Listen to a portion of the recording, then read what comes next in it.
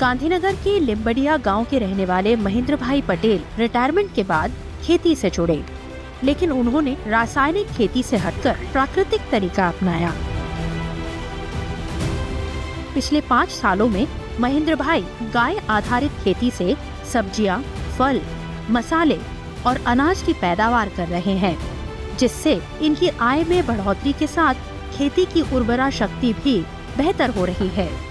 અમે જે મગફળી વાવી હતી, હળદર વાવે છે એના આચ્છાદન માટે, એના બિયારણ માટે, જીવામૃતને બનાવીએ તેના ઇનપુટ કોસ્ટ માટે ગુજરાત સરકાર તરફથી સહાય આપવામાં આવેલી। प्राकृतिक खेती की सबसे बड़ी खासियत ये है कि इसमें खाद और कीटनाशकों पर खर्च कम होता है।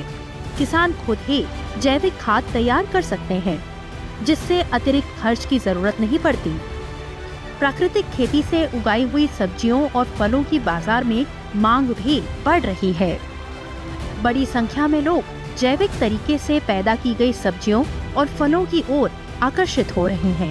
प्राकृतिक आहार अपने अपनाविए, स्वस्थ जीवन प्राप्त करिए, कैंसर की मुक्ति प्राप्त करिए।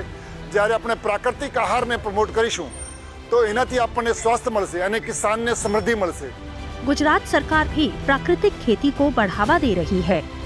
देश में लगभग 22 लाख हेक्टेयर भूमि पर प्राकृतिक पद्धति से खेती हो रही है, जबकि अकेले गुजरात में 2024-2025 तक 2 लाख हेक्टेयर भूमि पर 5,64,000 किसानों ने जैविक खेती के तरीके को अपनाया।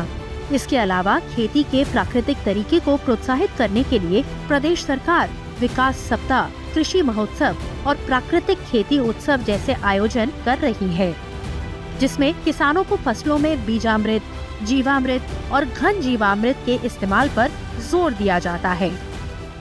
एक कृषि सखी तरीके एक बेन ने અને એક કૃષિ મિત્ર તરીકે એક ભાઈને ટ્રેનિંગ આપી તેમને માસ્ટર ટ્રેનિંગ તરીકે તૈયાર કરી આ 3 ગામના ક્લસ્ટર બનાવી અને 3 ગામના ખેડૂતોને પ્રાકૃતિક કૃષિ વિશેનું જરૂરી માહિતી માર્ગદર્શન આપવામાં આવે છે અને પ્રાકૃતિક કૃષિ અપનાવે છે।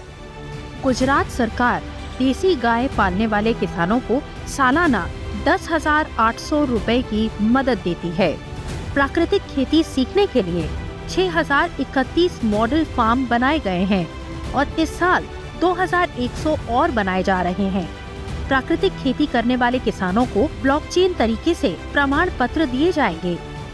उनके उत्पादों को बेचने के लिए प्रोसेसिंग और मार्केटिंग सेंटर बनाए जा रहे हैं। साथ ही इन उत्पादों के लिए प्राकृतिक खेती भारत प्रभा नाम से एक नया ब्रांड भी बनाया जा रहा है।